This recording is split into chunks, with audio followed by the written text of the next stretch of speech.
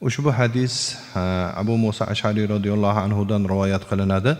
Rasululloh sallallohu alayhi vasallam aytdilarki, kishi yaxshi ko'rgan kishisi bilan birga bo'ladi deganlar. Muttafaqun alayh. Oxiratda, jannatda. Boshqa bir rivoyatda payg'ambar alayhisolatu vasallamdan so'raldi. Bir kishi bir qavmni yaxshi ko'radi-yu, lekin ularga yeta olmadi. Ular bilan birga bo'la olmadi. Shunda payg'ambar alayhisolatu vasallam aytdilarki, kishi o'zi sevgan kishisi bilan birga bo'ladi deganlar.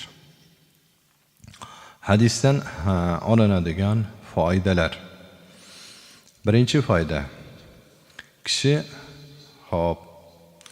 solih, taqvodor do'st birodarlarni tanlasin, toinki qiyomatda shular bilan birga to'planadi. Shular bilan birga jamlanadi.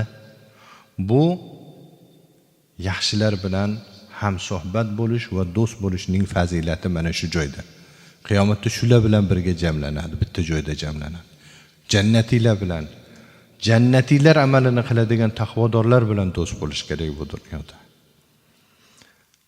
Hadisdan olinadigan ikkinchi foyda shuki, yomon, fosiq, fojir, gunohkor odamlar bilan do'st bo'lmasin, toinki qiyomatda o'shalar bilan birga jamlanib qolmasin.